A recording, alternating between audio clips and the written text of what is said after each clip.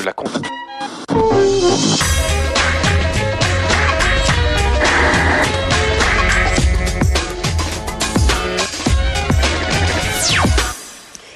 Salut à tous, samedi 12h50, ravi d'être avec vous pour le 6e numéro de Plus Clair. Toute l'actu des médias, les infos, les images et nos invités bien sûr. Au programme aujourd'hui, le JT des médias pour commencer, rien ne peut vous échapper avec le Média Mix, un résumé de la semaine en 3 minutes, les succès et les gadins, le style des animateurs télé sous l'œil des jurés de Top Model. Ce sont les autres titres de ce JT. Carole Rousseau nous rejoindra, C'est quoi l'amour, les 30 histoires les plus mystérieuses, le grand concours, appel d'urgence, 90 minutes d'enquête et bientôt un grand quiz du cerveau. Et j'en passe, Carole Rousseau est partout. Elle nous expliquera quel est son secret. Notre dossier de la semaine, quand la télé se met au vert, entreprise de conscience et bonnes intentions, mais est-ce que ça sert vraiment à quelque chose? On s'est posé la question. Je recevrai en plateau Guy Lagache. Tiens, demain, le numéro de Capital est justement consacré au coût de la consommation propre. Il nous parlera du magazine qu'il présente sur M6 depuis 4 ans maintenant. Les autres rendez-vous, le zapping, l'ITV Télé, cette semaine, questions et réponses croisées entre Thierry Gilardi et Anne-Sophie Lapix, la Webzone et bien sûr l'Observatoire des séries, tout sur les séries françaises et étrangères, voilà. Et tout de suite, l'actu de la semaine, c'est notre JT des médias, c'est parti. Et l'on commence avec les événements marquants de la semaine. L'actu passée à la moulinette de Plus Clair et résumé pour vous, c'est le Média Mix. Dans le Média Mix cette semaine, d'abord l'emballement médiatique autour d'une rumeur, celle de la possible rupture entre Nicolas et Cécilia Sarkozy. L'histoire est allée crescendo jusqu'au vendredi 12 octobre, point d'orgue de cette rumeur, relayée par les radios françaises. L'Est républicain affirme avoir l'information selon laquelle le couple présidentiel a entamé une procédure de divorce. L'Est républicain que nous avons contacté s'est expliqué sur ce sujet. On la tient forcément de gens proches de l'Élysée, tout simplement. Eh bien, l'Élysée, justement, n'accorde pas d'interview, mais en marge d'un déplacement, David Martinon, son porte-parole, interrogé sur la question, répond, je cite, « C'est grotesque et ridicule ». La semaine dernière déjà, il s'était exprimé sur cette même rumeur. Vous attendez quand même pas de moi que je commande ce genre de rumeur, donc je ne la commande pas. Une annonce officielle sera-t-elle faite dans les prochains jours? Les rédactions françaises sont en tout cas aux aguets. Autre point fort de la semaine média, France Télévisions. Lundi, dans le quotidien Le Monde, on apprend qu'une fusion entre les rédactions de France 2 et France 3 serait envisagée. Une BBC à la française. L'idée lancée par Patrick de Carolis, elle séduit l'Élysée. En attendant, France Télé doit réajuster certains programmes. Putain, faut que je fasse tout ici.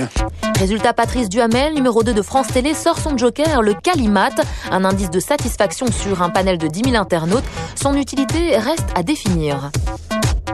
Ça doit permettre de voir dans la durée, et pas seulement à un moment donné, si le service public répond bien à ce qu'on peut en attendre. En attendant, en Europe, le Calimat existe déjà, notamment sur la chaîne britannique BBC, justement. Dites qui, Bernard-Henri Lévy ?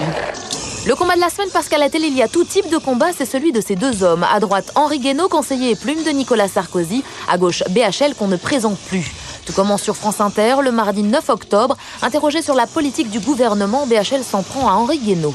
Sur le discours de Dakar, dont il est acquis par vos confrères, qu'il a été écrit par Guénaud, ce discours est un discours raciste. Celui qu'il a donc écrit est vraisemblablement un raciste, oui. Réponse de l'intéressé via Internet sur rue89.com. Je cite, « Ce petit con prétentieux ne m'intéresse pas ». La suite de cette joute verbale finit sur un plateau télé. Qu'a-t-il fait dans sa vie? Quelle est son œuvre morale, politique? Je suis aussi inquiet de savoir qu'il y a un fêlé aujourd'hui à la côté du bureau du président qu'autrefois. Il me rappelle ces staliniens qui disaient à tous ceux qui n'étaient pas d'accord avec eux, vous êtes des fascistes. Sauf que les fêlés à la tête de la République, ça peut faire des dégâts. Ça fait longtemps qu'il entretient un monologue avec lui-même qui n'intéresse, à mon avis, plus grand monde. Voilà. Y aura-t-il une suite à cette tumultueuse rencontre médiatique? Réponse dans le prochain Média Mix. C'est d'ailleurs la première fois que je vois ça dans l'histoire de la République. Ces images, on voit la reine d'Angleterre quitter une séance photo très en colère, sont le résultat d'un montage exagéré sur cette séance photo dirigée par l'américaine Annie Leibovitz, photographe de star. Une séance qui s'est certes pas déroulée très calmement. The garter robe is so extraordinary. Cet extrait d'une bande-annonce d'un documentaire sur la famille royale a été diffusé mi-juillet sur BBC. Depuis, c'est le scandale absolu outre-Atlantique, le Crown Gate ou l'affaire de la couronne, car la sortie tonitruante de la reine était en fait son entrée. Ce montage biaisé a donc coûté sa place au numéro 1 de la BBC. Peter Fincham, contraint à la démission cette semaine. Après 3 mois de battage médiatique du côté de Buckingham Palace, aucun commentaire. Mais où est donc passé l'humour so british ? L'humour british, eh bien, il est sur Canal+, du 12 au 18 novembre. Excusez-moi, je vous fais caca. Tout le monde sait qu'en France, quand on parle d'Angleterre et de Canal, on est presque obligé d'avoir le débit d'Antoine Decaune. Allez, petite dédicace.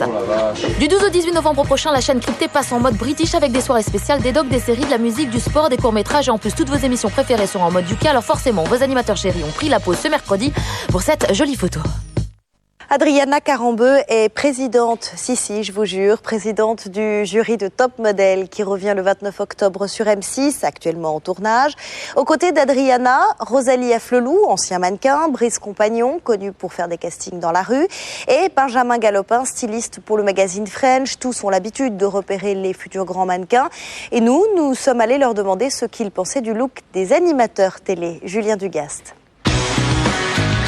Le 29 octobre, M6 diffusera tous les jours à 19h Top Model 2007. L'idée ? Laquelle prendra ma place ? Eh ben oui, trouvez le Top Model de demain. Contrairement à la première version de cette émission diffusée en 2005, le casting de 12 jeunes filles ne fait pas partie de l'émission. Top Model 2007 est un véritable feuilleton. On a du taf, hein ? Pas de prime, pas de plateau, on suit la formation, les turpitudes et la progression de ces apprentis mannequins. Donne-moi envie de t'apprendre des choses. Le tout sous l'œil expert d'un jury emmené par Adriana Carambeu, un jury à qui on a demandé quel animateur pourrait être top modèle. J'aime beaucoup comment elle s'appelle, Daphné qui travaille sur Canal. Pour moi, c'est une des plus chics, je trouve. Moi, je la verrais défiler pour Yuji Yamamoto. Je pense qu'Olivier Mine, il a beaucoup de potentiel. La taille, la gueule, la personnalité, tout. Mélissa Torio, divine. Moi, la première fois que je l'ai vue elle présentait le journal le matin. Ah ouais, c'est un truc de ouf. Je la verrais bien dans des grandes marques de cosmétiques, par exemple, parce qu'elle le vaut bien. Pour moi, le top modèle, Thierry Ardisson. Parce qu'il a son look, il est lui-même et il a un énorme charisme. Donc, si vous voulez connaître le parcours d'une jeune fille qui veut percer comme mannequin, ou plus simplement si vous aimez les jolies filles, Top Model 2007, ça commence le 29 octobre sur M6. La suite de notre JT des médias en chiffres et en images, c'est notre baromètre hebdomadaire. 10,7, c'est le pourcentage de téléspectateurs qui regardaient la première de Béatrice Schoenberg mardi soir sur France 2. On va pas se mentir, 17 pour les 100 Français qui font bouger la France, c'est pas beaucoup et surtout pour Béa, c'est... Des problèmes, oui. Béatrice qui s'est fait laminer par les experts de la Une, ça c'est pas une surprise. Retour à la case départ. Plus problématique, France 3 avec La Maison Assassinée fait mieux que Madame Schoenberg, tout comme Super Nanny sur M6. Je crois qu'on a fait le tour. À France Télévisions, on prend acte de cette contre-performance. Ça fait partie des nouvelles émissions, des choses qu'on essaye de proposer aux téléspectateurs. À nous de trouver la bonne carburation et la bonne forme pour qu'ils soient devant. Et surtout, Béatrice Schoenberg va tout faire pour améliorer le score de son émission mensuelle. Ici, tout le monde se bat pour la rendre meilleure. 37,2% de part d'audience sur les femmes de moins de 50 ans, 6 234 800 téléspectateurs. C'est le record enregistré jeudi par la Roue de la Fortune. C'est le meilleur score du duo Christophe et Victoria depuis leur rentrée. Bon, en même temps, faut dire qu'ils se la donnent sur les énigmes. Il a un malaise, le peignoir. Bravo, bravo. Sans parler des sketchs. Ah oui, c'est l'heure de la tendresse. Mais non, c'est l'heure de la Roue de la Fortune, Christophe. Pas possible, vous avez un chrono dans la tête. Allez, filez maintenant alors. Enfin, c'est fou, cette fille a un cœur de pierre. Bientôt culte. Après, apprends à ranger ta chambre, après nettoie correctement ta maison, comment embellir ton salon ou occupe-toi bien de ton bébé. Voici, fais attention à ton argent. Le coaching financier débarque chez les familles endettées et sur M6. La productrice Maria Roche s'est inspirée de nombreux programmes qui existent déjà à l'étranger, en Allemagne par exemple. Chez nous, ce sera donc sur M6 d'ici la fin de l'année, une émission hebdomadaire. Les candidats seront aidés par plusieurs coachs financiers, 2 sans doute, et des familles elles-mêmes sorties du surendettement. Pour finir notre JT, le bonus, tout ce que la rédaction a vu et aimé cette semaine, ce qui nous a fait rire, compilé par Vincent Calvet. On regarde. La semaine du président, c'est l'occasion à plus clair de comptabiliser le temps d'antenne exact accordé à Nicolas Sarkozy dans les JT de 20h. Et surtout de voir s'il est la personnalité la plus présente dans ces journaux. Cette semaine, Nicolas Sarkozy a un adversaire qui était encore peu connu du grand public il y a quelques jours, Albert Fer, le lauréat français du prix Nobel de physique. Et le grand vainqueur, c'est Albert Fer, apparu dans les JT pendant 8 minutes 52 secondes. Notre président n'a été vu que 4 minutes 21 secondes, soit une baisse de 43,3% par rapport à la semaine dernière. Dur.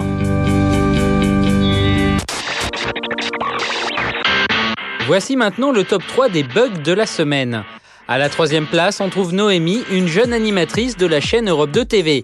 Signe particulier, elle est couverte de tatouages. Et bien justement, vous allez voir qu'il y a comme une erreur de raccord. Là, les tatouages sont sur son bras droit, mais un peu plus tard, ils sont à gauche. Après les tatouages éphémères, voici les tatouages volants. Eh bien, il y a du nouveau. À la seconde place du top des bugs de la semaine, il y a cette bande-annonce vue sur France 2. Les nouveaux talents du rire s'affrontent dans un combat survolté. Une bande-annonce diffusée mardi dernier sur France 2 pour l'émission d'Olivier Mine, soit une semaine et demie après l'arrêt définitif du programme. Non, pour bien faire, ils auraient plutôt dû changer 2-3 détails, comme la musique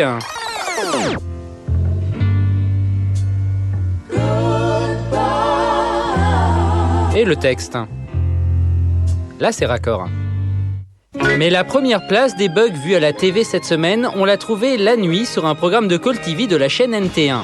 Et oui, apparemment, ce soir-là, il y a eu comme un bug dans la tête de cette animatrice. Elle ne semblait pas franchement dans son état normal.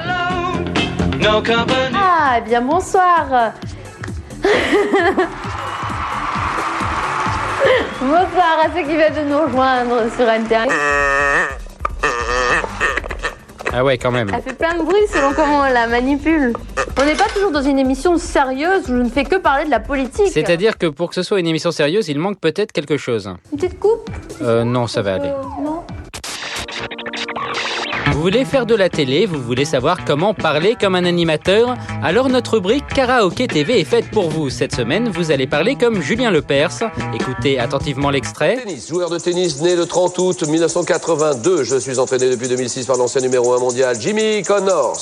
Très à l'aise sur surface rapide, notamment oui. Allez, maintenant c'est à vous.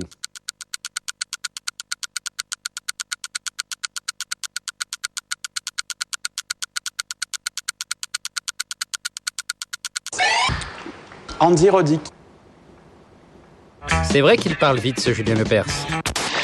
L'anti-sèche, ça permet de ne retenir que l'essentiel d'un programme pointu, comme cette semaine le documentaire animalier Le Clan des Surécates, diffusé sur France 5 mercredi à 16h. On suit les aventures d'un clan de ces drôles de rongeurs qui sont moins vulnérables quand ils se déplacent en groupe.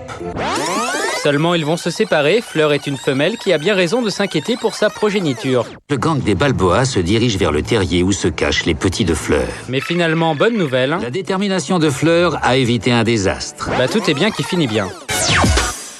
Magazine d'infos, divertissement, animation, production, Carole Rousseau jongle avec tous les genres télévisuels. Loin de ses détracteurs, elle assume et avance. Elle est l'un des visages les plus présents de la rentrée. Et mine de rien, cela fait 10 ans qu'elle est à l'antenne. Tout le monde ne peut pas en dire autant. Carole Rousseau, bonjour. Bonjour. Et merci d'être venue sur le plateau de Plus Clair, nous parler de votre actualité qui est hyper chargée. On va essayer de s'y retrouver sur TF1 d'abord. Le 28 septembre, le grand concours spécial télé-réalité. Le vendredi 5 octobre, les 30 histoires les plus mystérieuses. Vendredi dernier, C'est quoi l'amour? C'était sur les familles nombreuses. Le 16 octobre, appel d'urgence. Et on va parler de TMC également. C'est un hasard de la programmation ou c'est la rentrée de tous les bonheurs pour vous? Non, mais moi, ça m'amuse beaucoup parce que je fais à peu près les mêmes choses que les autres années, sauf que c'est vrai que je suis quelqu'un de plutôt discret. Et là, alors, en parlant de hasard de programmation, c'est peut-être un peu ça. Tout est un peu ramassé. Donc, effectivement, on a l'impression qu'on parle un peu plus de moi. Et je rassure en disant que ça ne va pas durer. Donc, pourquoi ça ne durerait pas? Je vais me remettre à travailler, ce que je fais déjà beaucoup. Là, c'est sûr que j'ai une rentrée un peu speed, mais c'est à la fois passionnant avec les nouvelles aventures, que ce soit TMC ou autre. Donc voilà. Pourquoi y aller justement alors que vous êtes extrêmement occupée et avec succès sur TF1? Parce qu'on m'a fait cette proposition-là, que je pense que la TNT est une voie d'avenir aussi, parce que c'est une créativité un peu différente, c'est des équipes différentes, des moyens différents. Avec donc, TMC, vous restez ceci dit dans le giron de TF1. Oui, mais c'est pas du tout les mêmes équipes. Donc c'est pas. Et puis c'est une aventure. On a l'impression qu'on va pouvoir participer à quelque chose de nouveau, qu'on a envie de faire grandir ce bébé-là en même temps et d'y contribuer. Donc ça, je trouve ça formidable. Et la créativité, il y a une forme de liberté peut-être un peu plus facile. On prend peut-être un tout petit peu plus de risques. C'est un magazine d'infos, ça s'appelle 90 minutes enquête. Le premier thème est consacré à la fraude alimentaire. Je vous propose de regarder un extrait et on va pouvoir en parler ensemble. Là, vous avez une cuisse de poulet qui était manifestement en décongélation, qui était dans un frigidaire qui n'était même pas branché en fait. Dans le petit village de 5000 âmes, tous les habitants y ont un jour ou l'autre fait leurs courses, sans se douter que la viande vendue risquait de les empoisonner. J'ai pas envie de m'empoisonner, moi. L'affaire est loin d'être anodine. Plus de 2,5 tonnes de produits douteux sont retirés du supermarché le jour de sa fermeture. Alors voilà, on sort complètement écœuré de ce reportage, on peut absolument plus rien avaler. Cette émission 90 minutes enquête est produite par TAP, c'est la société de production de Charles Villeneuve. Cette semaine, dans la presse, il a déclaré que sa recette, c'était le triptyque action, émotion, information. Vous suivez à 100%? À 100%, d'autant que moi j'ai travaillé avec ces équipes depuis très longtemps. Je connais leur savoir-faire, je connais leur professionnalisme. Donc moi j'adhère complètement à ça sans aucun problème. Vous produisez, alors là pour le coup, vous, Ma drôle de vie, c'est présenté par Alexia Laroche-Joubert, également sur TMC. Quel est le concept de cette émission? C'est un magazine de reportage d'abord. C'est une série de portraits de gens qui ont soit dans leur mode de vie, soit dans leurs convictions, soit dans la façon dont ils voient la vie ou dans leur passion, une conception un peu différente de ce qu'on fait nous. Donc c'est vrai que moi je me suis souvent intéressée, c'est ce que je fais souvent, à la différence. Donc c'est une forme de différence qu'on met en avant. Et maintenant que vous avez acquis pas mal d'expérience à la production précisément, si vous deviez définir la touche Carole Rousseau, quand on allume la télé, on se dit tiens, ça c'est une émission produite par Carole Rousseau. Oula, si c'est pour du reportage, ce que je fais beaucoup, je dirais que c'est une vraie authenticité. Enfin, moi, je suis dans la sincérité, à la fois par rapport aux témoins, par rapport aux histoires que je raconte. Voilà, je fais une photo d'identité à un instant T, et voilà. Donc, c'est quelque chose de sincère, d'honnête. Voilà, je fais mon travail honnêtement. On va passer à tout à fait autre chose. Les grands jeux sur TF1, notamment le grand quiz du cerveau. Et vous retrouverez à l'occasion l'un de vos partenaires d'il y a longtemps, de Célébrité. Oui, c'est vieux. Benjamin Castaldi, c'était en 99 dans Célébrité. En quoi consiste ce grand quiz du cerveau? Alors c'est pas un test sur le QI, pas du tout. On est là en train de tester le potentiel de réactivité, de vivacité du cerveau. C'est-à-dire que on va vous soumettre des épreuves pour tester votre mémoire auditive, votre mémoire visuelle. Mais qui a imaginé ce test? C'est Endemol. C'est Endemol. C'est un programme 100% création française, donc c'est suffisamment rare pour être souligné. Et puis on va vous soumettre des petites épreuves. Enfin, c'est très ludique, c'est très sympa, et j'espère qu'on en fera un programme vraiment bien. Mais vous avez créé des groupes. Alors il y a 8 groupes, les intellectuels, les blondes, les boulangers, les jumeaux. Est-ce que c'est pas un peu discriminatoire de classer les gens comme ça par Non, et en plus ça, pour le coup, c'est en train de changer. Donc je suis pas sûre qu'on puisse en parler en ces termes. D'accord. Il y aura des personnalités également qui seront invitées. Est-ce que je ne sais pas qui encore, mais les cartons n'ont pas été encore envoyés. Ils sont envoyés, mais ils n'ont pas encore tous répondu. Par le passé, vous n'avez pas été épargné par vos confrères du PAF, c'est le moins qu'on puisse dire. Ah, ça c'est sûr. Il se trouve que 2 de vos plus violents détracteurs sont venus très récemment sur notre plateau. Il s'agit d'abord de Stéphane Bern, que vous avez revu pour une photo de famille dans un magazine. Oui. L'article dit que vous vous êtes embrassé, enfin salué. Pas embrassé, il a voulu m'embrasser, je lui ai dit non, je lui ai serré la main. À nous, il a dit qu'il s'était excusé et il nous a parlé de galanterie. Effectivement, il s'est excusé, de manière assez légère. En plaisantant, vous voulez dire? Non, j'ai accepté ses excuses parce que pour moi, c'est tellement vieux et c'est tellement tellement rien, tout ce qui a pu être dit est tellement faux. D'ailleurs, il a confirmé, je lui ai fait confirmer devant témoins que tout ce dont il m'avait accusé était faux, donc il l'a reconnu. En même temps, sans relancer la polémique, Non, mais aujourd'hui, il a l'air de battre sa coulpe, vraiment. Oui, non. En tout cas, c'est ce qu'il a fait sur notre plateau. Oui, non. Je les ai pas crues siन्छères, ces excuses, si vous voulez mon avis. Donc vous lui en voulez encore? Pas du tout. Non. Je l'ai lu dans ses yeux. Maintenant, c'est clos et basta, terminé. Comme il va pas très bien en ce moment, j'imagine qu'il se fait ça comme dans l'autre sens. C'est un moyen d'être peut-être galant. Guy Carlier, lui, puisqu'il était sur notre plateau également, a évoqué des regrets. On rappelle que lui, pour le coup, ça s'est réglé devant la justice. Hein, il a été condamné pour des propos diffamatoires à votre égard. Et il a évoqué des regrets. C'est le vrai mea culpa. Oui, en même temps, je peux l'entendre, tant mieux pour lui. Et puis je me dis que la prochaine fois qu'il écrira un truc sur moi, il fera attention à ce qu'il écrit. Je pense qu'on peut pas, après avoir tabassé comme ça, de manière récurrente, avoir essayé d'insulter, humilier quelqu'un, subitement dire « je suis désolée ». Il y a un moment, c'est un peu facile. Vous pardonnez pas? J'ai pas à pardonner ou à pas pardonner. Vous n'oubliez pas, en tout cas. Non, j'oublie pas. Je le connais pas, je l'ai jamais vu de ma vie. C'est comme ça, voilà.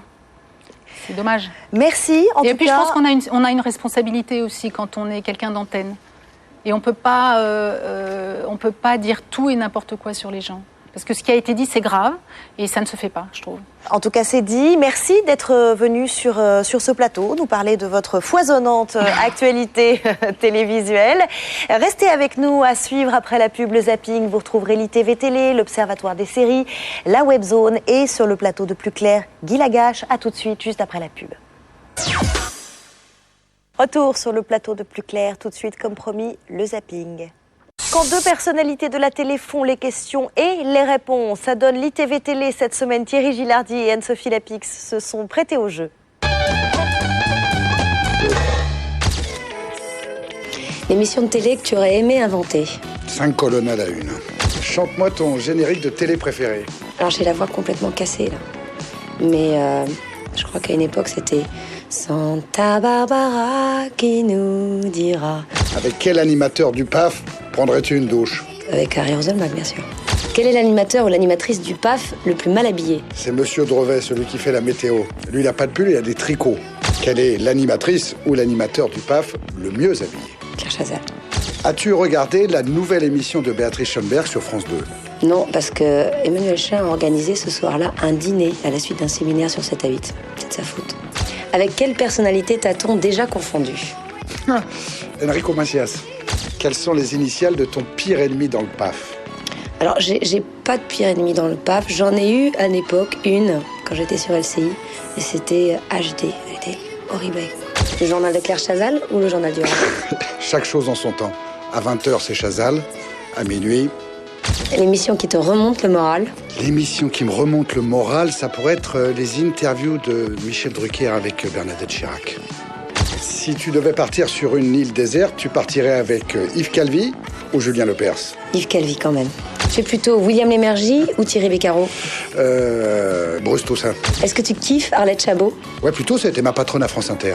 Tu demanderais à Valérie Damido de redécorer ton appartement? Surtout pas. Le cadeau que tu t'es fait avec ton premier salaire télé? Une chénifie. Est-ce que tu as déjà été ivre à la télé? Un petit peu gay. Ton pronostic pour le match de ce soir? Le pronostic, c'est le pronostic du cœur. La France va battre l'Angleterre en demi-finale de la Coupe du Monde, mais le score sera très très serré. Hein. Ça va se jouer, allez, un 22-20. Tu préfères faire la une de Télé 7 jours ou la 4e de couverture de Libération? Peut-être la une de Télé 7 jours, c'est quand même beaucoup plus reposant. La télé est-elle l'opium du peuple? Ouais, c'est un cliché, mais sans doute un peu. Une interview croisée réalisée par Alexandre Pérez, Anne-Sophie Lapix, que l'on retrouve aux côtés d'Harry Roselmack dans 7 à 8 tous les dimanches sur TF1. Quant à Thierry Gilardi, il sera ce soir en direct du Stade de France pour évidemment la demi-finale France-Angleterre. Un jour, Eric et Ramzy se sont imaginés avec de la laine sur le dos et une voix tremblotante. Allez savoir pourquoi la vie en mouton, ça leur plaisait. Ainsi est né Mout Mout, dessin animé très mouton. À partir du 21 octobre, tous les dimanches soirs sur Canal+, une série animée très proche des Simpsons pour l'univers et de South Park pour le style. Vincent Calvet.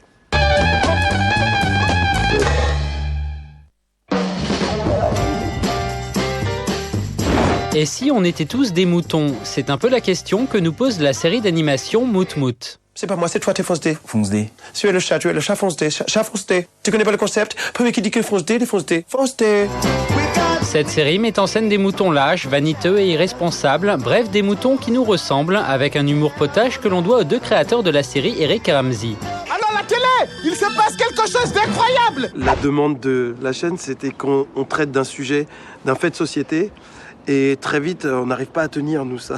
Ça part très vite dans l'absurde. Traiter du chômage, et en fait, on reste 2 minutes sur le chômage, et après, c'est 13 minutes sur n'importe quoi. Voici Eric tel qu'il apparaît dans la série. Eric, c'est ce qu'on choisit. Carré, costaud, la tête, long menton, la tête au coccyx. Hop, comme ça. C'est vraiment toi. Ouais. Oh, c'est blessant. Et voici sa femme interprétée par Ramsey. Je suis une salope. Une pupute. Moi, je crois que je vais pas rentrer du tout ce soir. C'est quasiment des photos de nous, hein. Ouais, quasiment.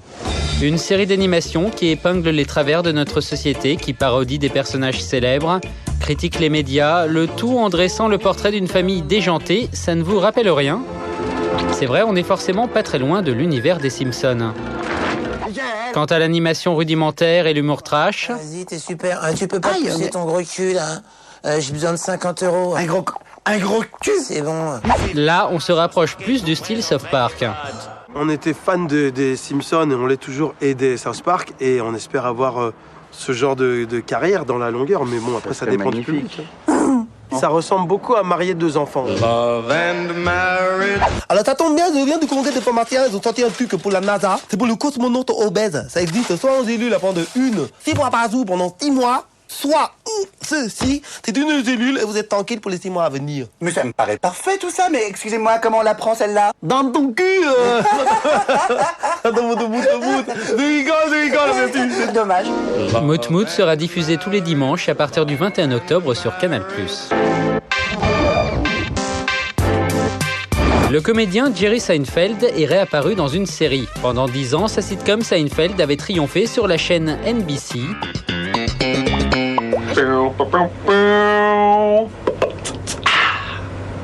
Really? Et la semaine dernière, Seinfeld est réapparu dans 30 Rock, une série qui nous dévoile l'envers du décor du network NBC justement. Dans cet épisode, le président de la chaîne, interprété par Alec Baldwin, a l'idée de recréer le comédien par ordinateur afin de le mettre partout à l'antenne. So for the month of October, all of our primetime shows will feature a computerized guest appearance from Mr. Jerry Seinfeld.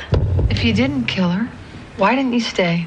Quit grilling me! Seinfeld vision! Save the cheerleader, save the world. Cheerleader square. Seinfeld square. Yeah, that's what I said. Seinfeld vision!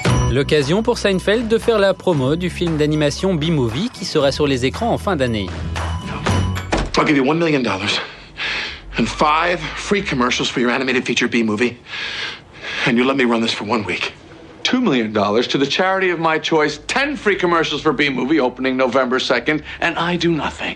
Un Seinfeld qui ne semble pas pressé de revenir pour de bon à la télé. What is wrong with you people? What's happened to this network?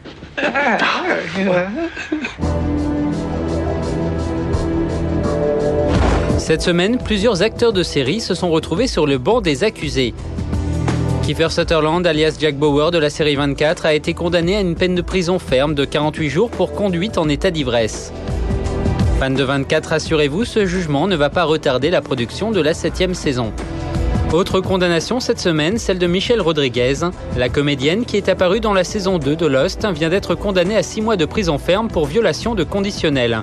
Le chef d'inculpation est le même, conduite en état d'ébriété. Ces 2 comédiens auraient dû prêter attention à l'histoire d'un autre acteur de série, Len Garrison. Révélé dans la série Prison Break, il est actuellement en prison pour avoir tué un passant alors qu'il conduisait en état d'ivresse. Son jugement sera prononcé le 21 octobre. Len Garrison risque une peine de 6 ans de prison ferme. Avant d'être incarcéré, il avait enregistré ce message en forme de mea culpa. Call a cab. Call your parents. Call a friend. Take someone's keys away if you have to. Just do whatever it takes. Just don't drink and drive. It's not worth it. Un conseil que n'ont pas suivi ses collègues. Il dit « Ok, j'ai une tête de Ken » et après 4 ans qu'on retrouve sa tête de Ken les dimanches soirs sur M6 pour nous parler de sous. Capital était le bébé d'Emmanuel Chin. Guy Lagache lui a imprimé doucement sa marque. En prenant l'air notamment, Guy Lagache a des fourmis dans les pattes et il emporte son magazine autour du monde. Il nous explique que tout a un coût. Exemple avec la consommation bio. C'est demain soir. Guy Lagache est avec nous pour nous en parler. Merci d'être venu sur le plateau de Plus Clair. Je suis ravie de vous accueillir. Bonjour. Vous êtes donc à la présentation de Capital sur M6 depuis 2003. Vous en êtes d'ailleurs le rédacteur en chef. Ouais. C'est une émission emblématique d'M6, on le sait, qui existe depuis 17 ans. Vous y êtes depuis 4 ans. Comment on fait pour ne pas se lasser ?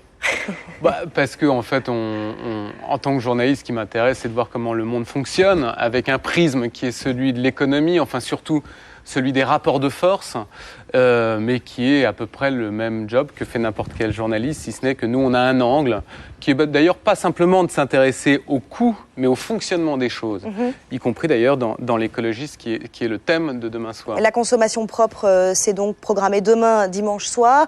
Les produits bio, les énergies vertes, tout ça, c'est bien beau, mais vous vous dites, ça a quand même un coût. Et est-ce que tout le monde peut se le permettre ? C'est vraiment la question, parce que effectivement, en France, et c'est très particulier en France, quand on veut faire un choix citoyen qui est de se faire construire une maison entre guillemets, construite avec des matériaux écolos, ça coûte tout de suite 10 à 15 à 20% plus cher. En tout cas, vous surfez sur un sujet très très porteur en ce moment. Le bio, le propre, le vert est absolument partout dans les JT, dans des émissions comme la vôtre, mais aussi dans des programmes, des nouveaux programmes spécifiques.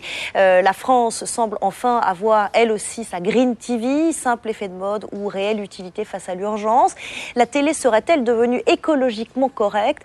Nous, on a voulu savoir quelles étaient les réelles intentions de ceux qui font la promotion de ces programmes, dossier réalisé par Laetitia Krupa. On regarde ensemble. Avant, la télé écolo, ça ressemblait à ça. Le bilan carbone, dirais-je, du Salon du Bourget et les perspectives du transport aérien sous la double contrainte énergétique et climatique. Des émissions loin d'être sexy avec des invités au titre interminable. Il est directeur du pôle médiation et ingénierie touristique des territoires de Paris 3, Sorbonne Nouvelle. Aujourd'hui, virage à 180 degrés. L'écologie, c'est bien sûr le gros dossier d'actu du moment, mais c'est aussi devenu un sujet qui amuse. La preuve, on en fait même des karaokés. Sous le soleil de Mexico, la pollution est un cadeau. Avec les gaz et la poussière, on voit plus toute la misère. C'est vrai que depuis plusieurs mois, on nous bombarde de messages écolos à la télé.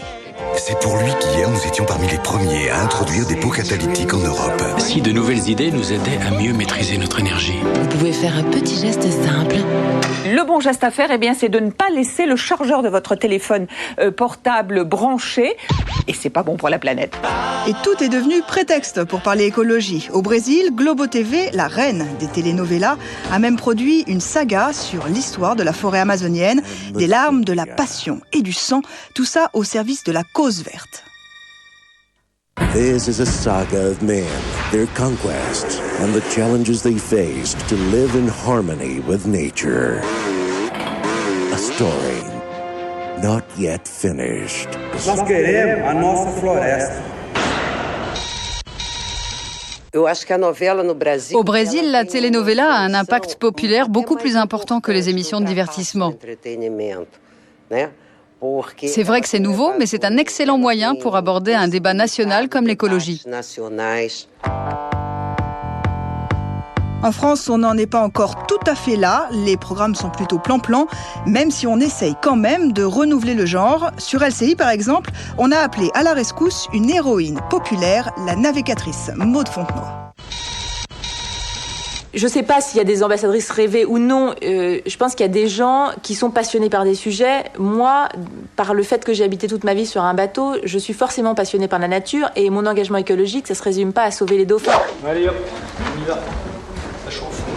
Thomas Hugues, lui, a voulu pour sa nouvelle émission un décor high-tech. Fond vert, incruste, images, lumière un peu différente de l'ambiance rédac. Est-ce qu'on peut me donner l'horaire de prise d'antenne ? 40 secondes. Ok.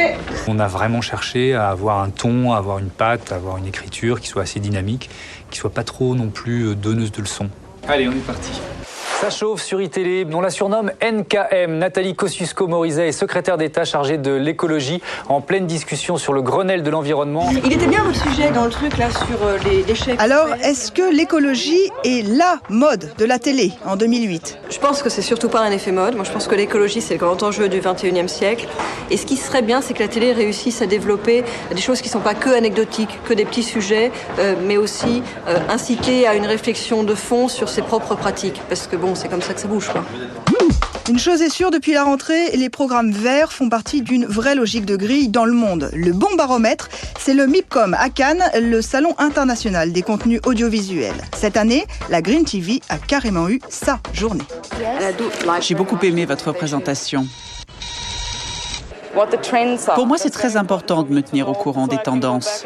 À mon retour, je vais pouvoir dire aux responsables des magazines, il faut mettre l'accent sur les programmes verts. Du coup, les programmes verts font partie aujourd'hui intégrante du business. D'abord, il y a une prise de conscience sur les changements climatiques. Ensuite, ça a pris 6 mois, 1 an. Et les programmes verts ont commencé à arriver des 4 coins du monde. Ce qui fait qu'aujourd'hui, il y a une vraie compétition entre de très bons programmes. Le documentaire reste la valeur sûre pour un producteur, mais la nouvelle tendance nous vient d'Angleterre et d'Australie, c'est le coaching écolo. La BBC 3 diffuse en ce moment Outrageous Wasters, où une équipe d'experts vient à domicile corriger les mauvaises habitudes d'une famille. That's just ridiculous.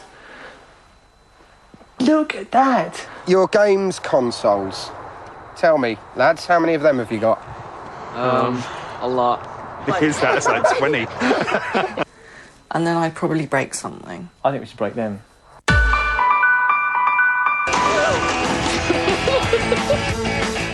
La famille est ensuite envoyée une semaine dans une maison de correction écolo. No one in their right mind would want to share in this. It's not private. It's okay if you're a bit of a naturalist, but... Morning. Hello. Morning. Do you understand the points? No, to be honest, it would make me rebel and go completely the opposite way if I had to use that for a week. Version plus terre-à-terre sur ABC en Australie, les Carbon Cops, les flics du CO2, débarquent dans les familles et leur font la morale. And that's where we come in. We're the Carbon Cops and we're on the lookout for energy wasters. The average Australian household produces 14 tonnes of carbon emissions every year. So before we give you your result, would you like to have a guess at how you stack up against the average? 24. That's my guess. You are producing 62 tonnes of carbon emissions. Oh my gosh! En France, c'est TF1 qui a piqué l'idée. On devrait voir la première émission de coaching écolo avant 2008. L'occasion peut-être d'apprendre à économiser parce que, mine de rien, pour ce sujet, on aura émis 12,6 kg de CO2, dépensé 17 600 Wh et jeté près de 3 kg de déchets. Mais pas de prise de tête pour ma planète. Alors demain, donc le numéro de Capital va être consacré donc à l'écologie, au coût de l'écologie plus précisément. L'émission va montrer comment on peut faire pour consommer mieux de façon et très moins pratique, cher. Très pratique, très pragmatique. Voilà, absolument. À travers des enquêtes qui sont des vraies investigations en même temps. Vous avez des fourmis dans les jambes, vous êtes parti à Dubaï, en Inde, en Chine, à Marrakech. En même temps, je vous comprends, c'est pas désagréable. C'est pas désagréable. C'est quoi? C'est votre passé de reporter, puisque vous avez commencé comme reporter, notamment pour Capital, ou c'est pour donner un petit côté plus glamour à l'émission? C'est un éclairage différent, c'est presque un sujet supplémentaire, si vous voulez. Mais ce que je trouve très intéressant, c'est de dire aux téléspectateurs, venez, je vous emmène en reportage avec moi. Si vous dites aux gens, attendez, vous voyez tout ce qu'il y a chez vous, vos meubles, vos appareils électroménagers, etc. Eh bien, 95% de ce que vous avez chez vous vient de la Chine. Et venez, on y va ensemble. C'est ça l'idée. Alors, parlons de vous, puisque vous défendez avec passion vos thèmes et votre émission, c'est bien. Mais quand on parle de vous, Guy Lagache, on dit il a une belle gueule, il est sympathique, et c'est à peu près tout. Est-ce que ça vous agace? Ken. Non, pas Ken, mais Lise qui finalement se cache derrière son émission et on sait très peu de choses de vous. Mais non, mais d'abord, je pense qu'il faut avoir un peu de distance avec ce média. Et puis, ce qui, moi, m'intéresse, c'est le boulot que je fais. Et c'est vrai que je le fais avec passion. Donc si je peux donner envie aux gens de le regarder parce que ce qui m'a vraiment plu, ce qui m'a vraiment intéressé, d'arriver à le transmettre et de faire en sorte que les gens viennent le regarder. Même jouer le jeu de la promo, c'est assez étonnant dans une chaîne comme M6. Ah bah là, je suis là. Non mais vous êtes là, merci d'être là. Mais quand M6 a beaucoup mis en avant, par exemple, Anne-Sophie Lapix, à l'époque où elle présentait Zone Interdite, Mélissa Thoriot, elle est partout, on la voit partout. Ça fait partie de la promo d'une chaîne comme M6. Et vous? Ah bah moi, je dis que si on m'invite, je viens. Non mais vous n'avez pas envie non, mais d'apparaître... Je pense que sans doute, y a-t-il plus d'appétence pour Mélissa, ce que je peux tout à fait comprendre, que pour quelqu'un comme moi. Vous avez été approché en juin dernier par des chaînes, notamment TF1. Est-ce que vous pouvez en parler un peu plus librement aujourd'hui ou pas? Je sais pas, c'est le genre de choses que j'aime pas tellement discuter en public. Je sais pas, vous qu'est-ce qui s'est passé pour vous au mois de juin dernier? Ah bah moi, c'est très clair. On m'a demandé de faire plus clair et j'ai fait plus vous y clair. êtes allé. Donc tout va bien, j'ai pas de problème avec ça. Non, mais moi non plus, j'ai aucun problème. Simplement, voilà, aujourd'hui, je suis à M6, je suis super bien. Je fais une émission qui me plaît. En même temps, j'ai d'autres idées. On verra par la suite. Lesquelles, par exemple? J'en sais rien. C'est des choses auxquelles je réfléchis quotidiennement. Il y a rien pour l'instant qui soit précis ou en tout cas qui nécessite que j'en parle maintenant, mais simplement, bon, c'est des choses auxquelles je pense. Vous êtes arrivé, vous avez repris Capital, qui était donc le bébé d'Emmanuel Chin. Vous auriez peut-être envie d'avoir une émission qui soit imaginée par vous, incarnée par vous, évidemment, mais imaginée par vous, votre propre concept. Bah d'abord, ça m'est arrivé avant Capital, puisque j'avais créé avec Jean-Marie Goua Secret d'actualité. Que présentait Laurent Delahousse, donc c'est pas quelque chose que je n'ai jamais connu. Donc, si vous voulez, moi, ce qui m'intéresse, c'est de créer quelque chose qui me ressemble. Capital, je ne l'ai pas créé, mais en revanche, ça me ressemble. Et c'est pour ça que je m'y sens bien.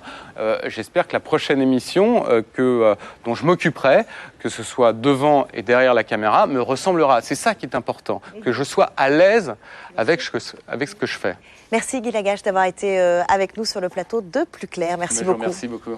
C'est l'heure de la webzone. Être assistant parlementaire, c'est pas marrant tous les jours. Il n'y a qu'à aller voir sur le net le journal d'un assistant parlementaire, un blog ouvert par un AP, c'est le jargon. Cet AP, donc, couvert par l'anonymat, il décrit ses difficiles conditions de travail. Il livre quelques anecdotes croustillantes sur nos députés et nos sénateurs. Nous avons rencontré cet insolent qui avance masqué. C'est une exclue Plus Clair, Karima Hamzaoui.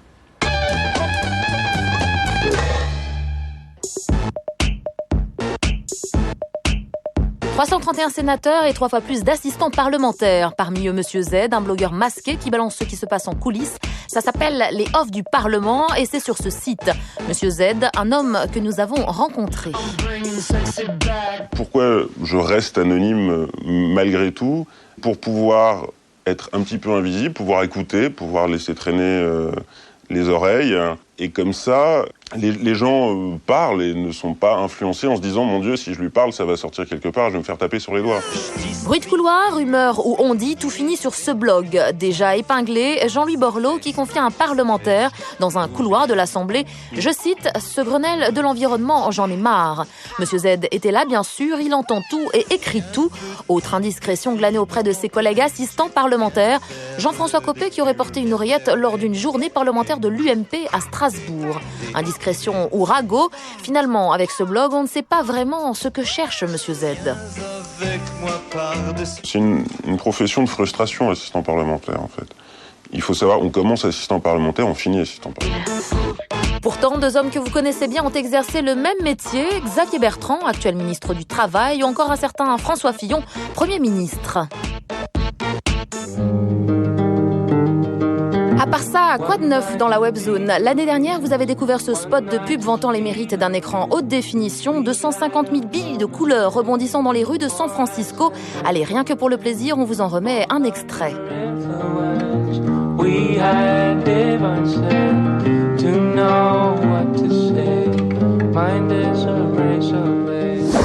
Et ça recommence pour le même produit et la même marque avec cette fois-ci 200 lapins de 60 cm, un de 10 mètres. Le tout a nécessité 2,5 tonnes de pâte à modeler, 40 animateurs pour faire bouger toutes ces petites papates pour les 100 000 images qui constituent ces 60 secondes de spot.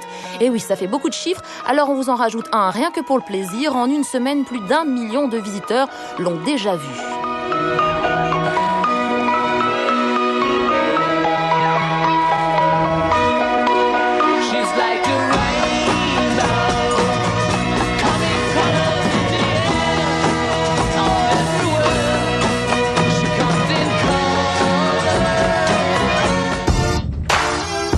L'actualité du web cette semaine, c'est aussi à Cannes qu'elle se déroulait. Le MIPCOM, marché international des professionnels de la télé, présentait No Comment TV, site internet disponible pour l'instant sur YouTube, site de partage. No Comment, c'est cette séquence diffusée sur la chaîne info Euronews. Le principe, aucun commentaire sur des images d'actualité. 14 ans que cette séquence devenue culte existe. Sur le net, pas question d'en changer les règles. Les internautes seront invités à y participer s'ils se plient à la loi du genre en postant leur propre reportage, une image, un son, une date et un lieu.